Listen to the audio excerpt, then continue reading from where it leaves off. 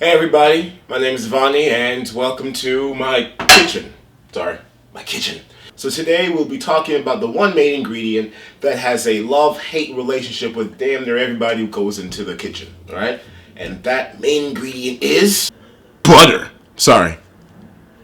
Butter. Now, as much as we love the butter, and let's be honest, everyone loves the taste of butter.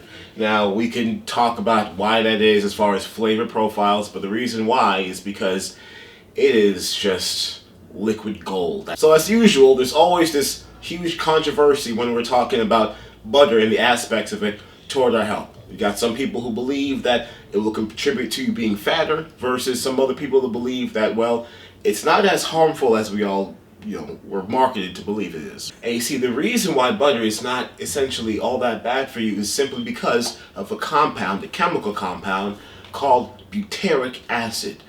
Please do not ask me to spell that word. What does butyric acid do for our health? Well, it actually plays a huge part in lowering our insulin resistance levels. Now, what does our insulin resistance levels do in terms of our health?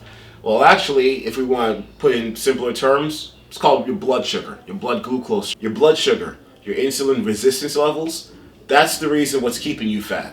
Now, once you cut that out, once you drastically reduce it, you're able to lose the weight which you're aiming to do, presumably. Butyric acid does way more than just lowering our insulin resistance levels. We're talking about it playing a huge part of our maintaining our gut health, our digestive system, and also it plays in a huge part as far as reducing the inflammation within your body. And if cholesterol is the reason why that's keeping you away from butter, well, I'm here to tell you right now, that's not too much of a worry as long as you're not eating sticks of butter. Your liver actually produces more butter. Your liver produces more cholesterol than butter. I wish our liver produced butter. That would save us a lot more money in groceries, right? Now, butter is something that actually allowed me to lose over 100 pounds once I switched over.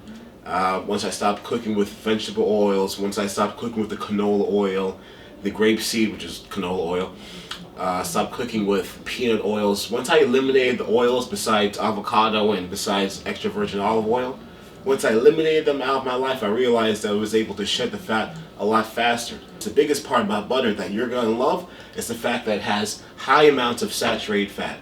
Now, when you combine the saturated fat, for example, with a ketogenic diet, and on top of that, you can play some intermittent fasting as well, I guarantee you the weight will fall off 3 times as fast than what's projected by any other trendy diet. I guarantee you that. Please like and share the video, subscribe as well, and I'll catch you next time in the next video. Take care. Bye.